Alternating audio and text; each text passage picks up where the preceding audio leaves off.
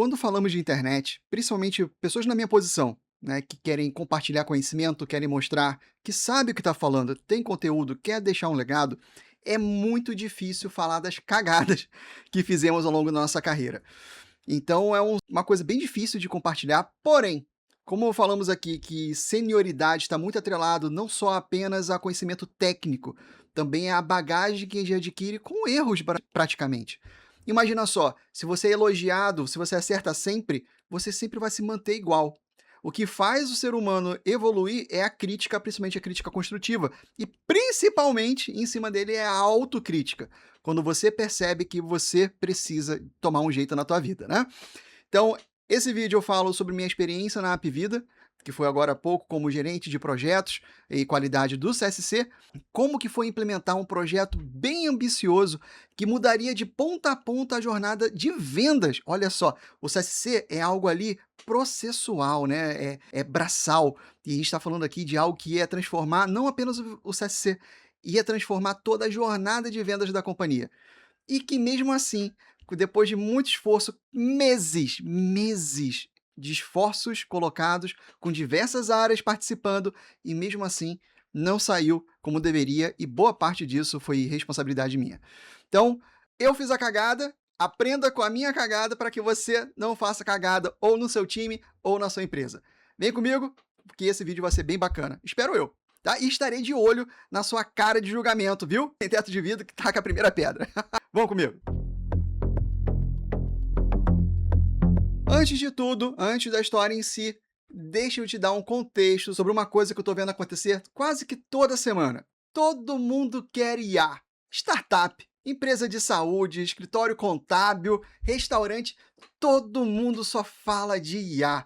E parece que se você também não estiver falando, tem algo errado. E aí o que acaba acontecendo? A empresa vai atrás do fornecedor, faz uma demonstração, fica toda empolgada, convenhamos, as ferramentas cada vez mais legais uma do que a outra. E isso deixa a gente impressionado. Você aprova o projeto e meses depois o resultado não apareceu. Ou pior, o projeto nem saiu do papel. Eu vejo isso acontecendo com frequência. E o problema quase nunca é a tecnologia. A tecnologia existe. Ela funciona e está mais do que acessível. O problema, na verdade, é a ordem das coisas. As empresas começam pela ferramenta, quando deveria começar, pelo problema. E eu vou te mostrar isso com uma história real, como eu falei lá na introdução, a minha. Então, pessoal, eu sou Anderson Caruso, fundador da Opera Prime. Passei mais de 15 anos à frente de contas mais do que complexas. Inclusive, minha última passagem na Apvida foi como gerente de projetos e qualidade do CSC, que provavelmente seja o maior CSC do Brasil. É gigantesco. E é de lá que vem essa história. Então senta que lá vem a história. Se você pegou a referência, tá velho igual eu, viu?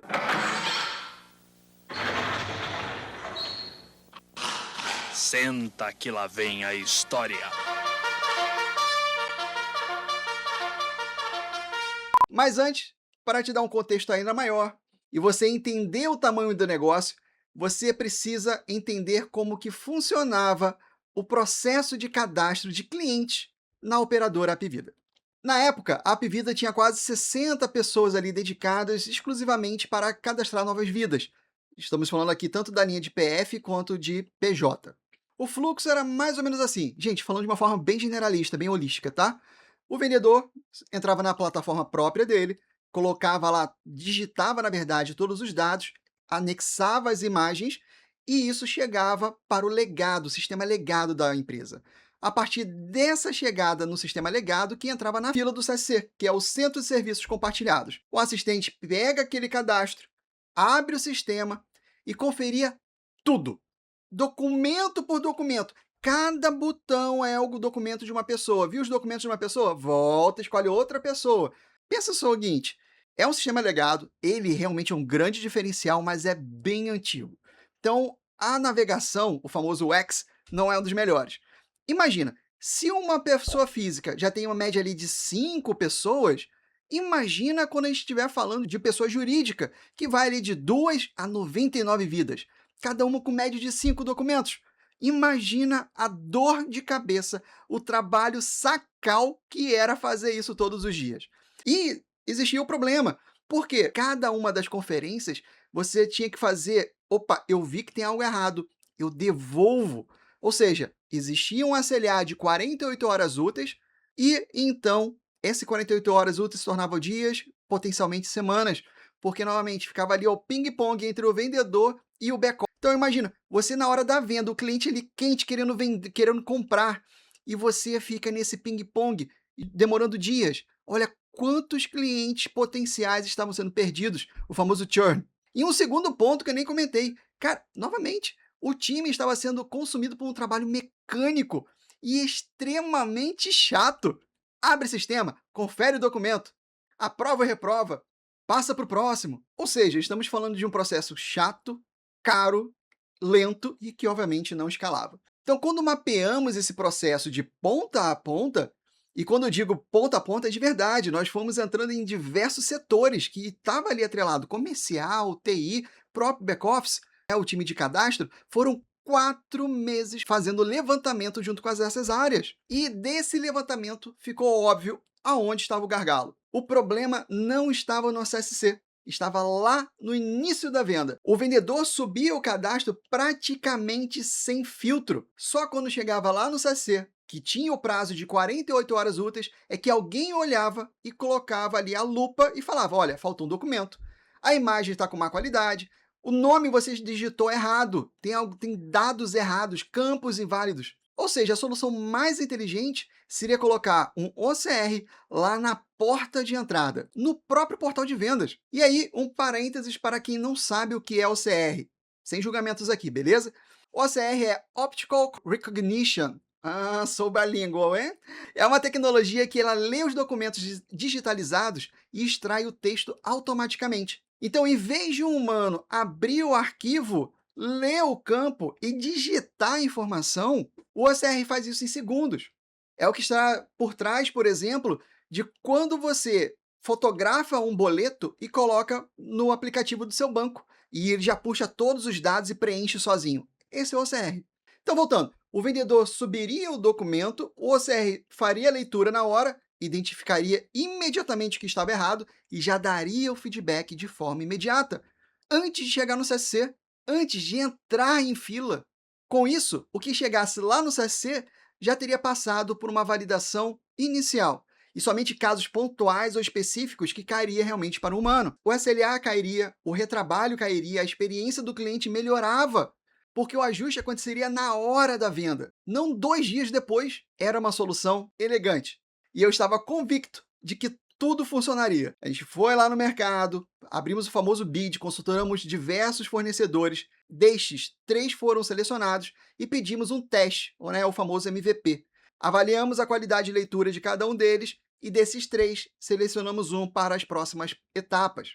Todo o time estava confiante. Eu estava confiante. Fizemos estudo financeiro, calculamos o ROI, projetamos os ganhos. Redução de headcount, melhoria de SLA, melhoria da experiência na jornada de venda, tudo isso em um ano que o objetivo principal da empresa era crescer vidas. Cara, mais do que estratégico. Só que minha diretora, a Regina, tinha uma preocupação. Ela levantou mais de uma vez. Cara, ela estava preocupada com o custo do fornecedor. Ela achava que na hora de fechar o contrato, o número ia ser diferente do que a gente estava ouvindo. Gente, eu ouvi, chamei o fornecedor para alinhar, mostrei ele, olha, o custo máximo que faz sentido para esse projeto é X. Eles confirmaram, a partir dessa confirmação de que eles conseguiriam chegar naquele número, por mim, ficou ok. E aí chegou o momento de fechar o contrato.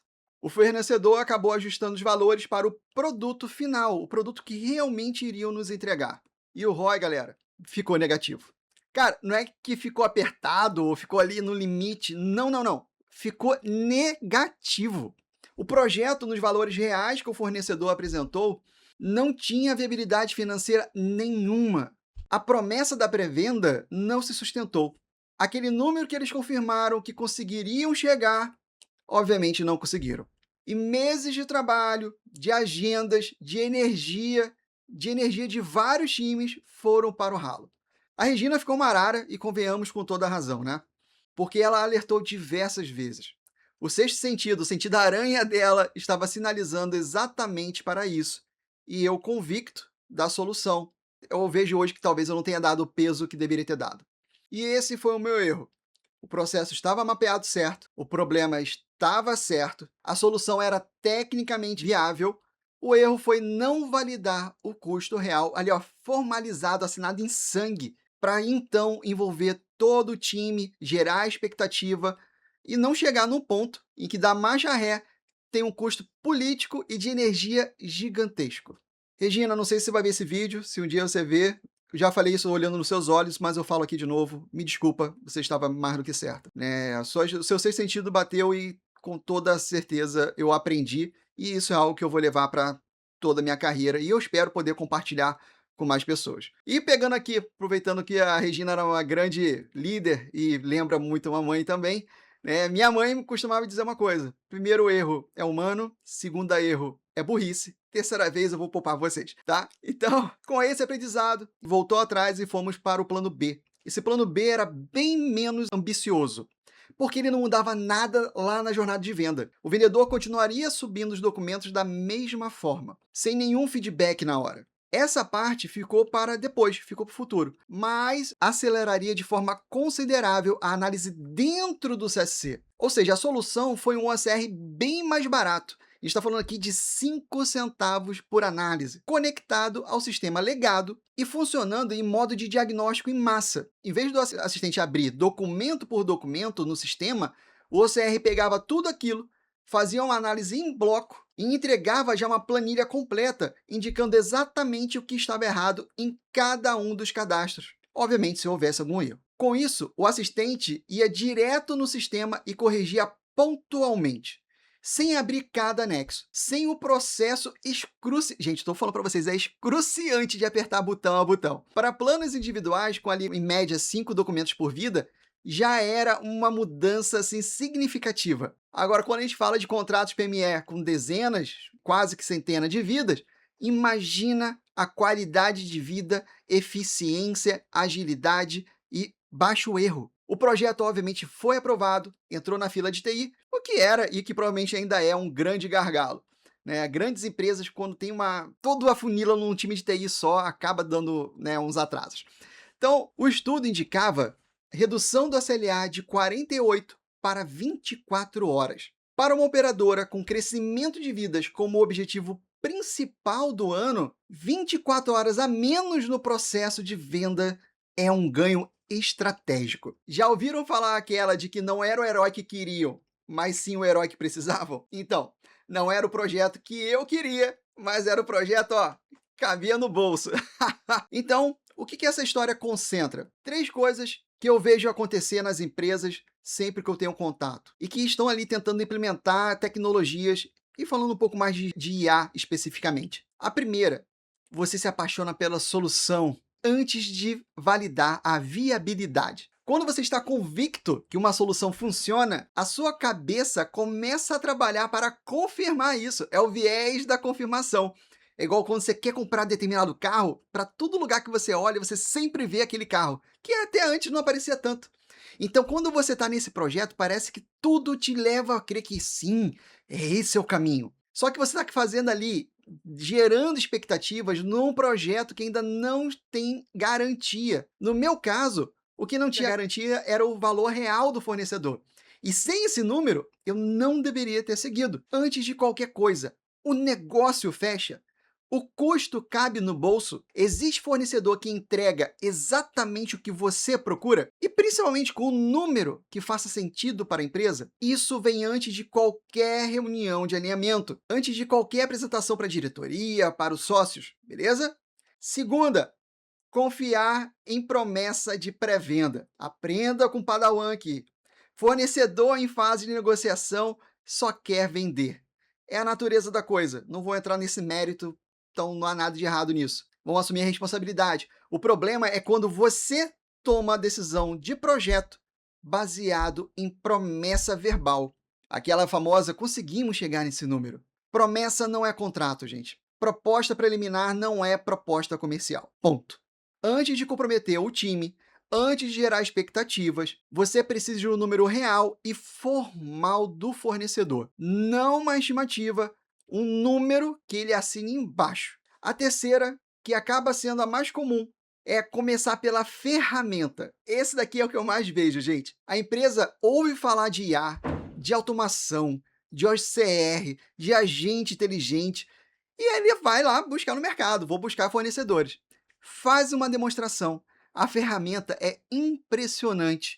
E aí ela fica ali toda apaixonada. Ai, meu Deus, isso aqui na minha companhia, isso aqui na minha operação. A ferramenta não resolve processo mal desenhado. Ela amplifica o que já existe, para o bem ou para o mal. Então, se o processo tem gargalo, a ferramenta vai amplificar o gargalo. Já se o processo é claro e bem mapeado, a ferramenta vai amplificar também o resultado positivo.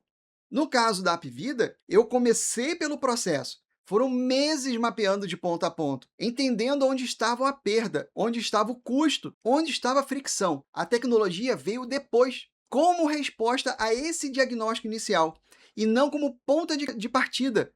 E mesmo assim, com o processo certo e a solução certa, o projeto original não sobreviveu à viabilidade financeira. Imagina sem ter feito esse trabalho antes. Então, como implementar a IA de forma inteligente? Comece, gente, pelo básico, pelo problema, não pela ferramenta. Antes de buscar qualquer tecnologia, mapeie onde a sua operação está perdendo tempo, perdendo dinheiro e qualidade.